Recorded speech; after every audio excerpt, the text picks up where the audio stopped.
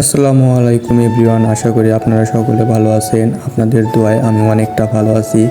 এই প্রবাসে আসার পর খেলাধুলো করার মতন তেমন একটা সময় পায় না। আসলে এই প্রবাস সবাই যার যার কাজ নিয়ে ব্যস্ত। কাজ শেষে যদিও সময় পেয়ে যায়, সবারই ছুটি একসাথে হয় না।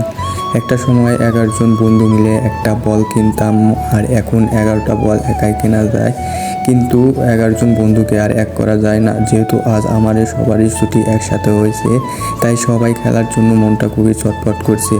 তাই সবাই মিলে খেলতে যেতে চাইলাম। যেহেতু আমাদের বাসা থেকে মাঠটা অনেকটাই দূরে, তাই আমরা সবাই মিলে একটা গাড়ি নিলাম।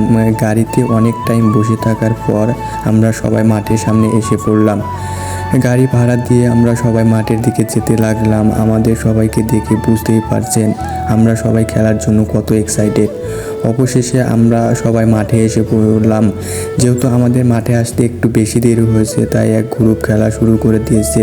তাই আমাদের কিছু সময় অপেক্ষা করতে হবে। আমরা বসে সবাই খেলা দেখলাম। আর অনেক দিন পর যেহেতু মাঠে এসেছি, একটু ভিডিও করলাম। আর আমরা যেহেতু মাঠে এই পাশে আছি, কিন্তু যাদের সাথে খেলা দিয়েছি তারা সবাই মাঠের ওই পাশে আছে। তাই আমরা সবাই হেঁটে মাঠের ওই পাশে যেতে লাগলাম।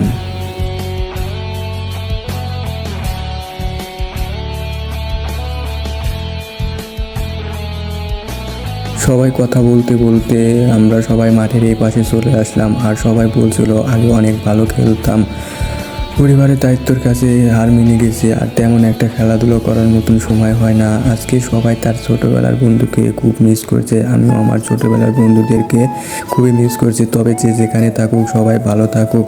আর এই ভিডিওতে সবাই তার ছোটোবেলার বন্ধুকে মেনশন দিয়ে যাবেন। আর আমি গ্রামের সাধারণ একটা ছেলে, তেমন গুছিয়ে কথা বলতে পারি না। যদি কথার মধ্যে ভুল হয়ে থাকে ক্ষমা দৃষ্টিতে দেখবেন। আর ভিডিওটা ভালো লাগলে পেজটা ফলো দিয়ে সাথে থাকবেন। আর আপনারা সবাই ভিডিওটা সম্পূর্ণ দেখতে থাকেন।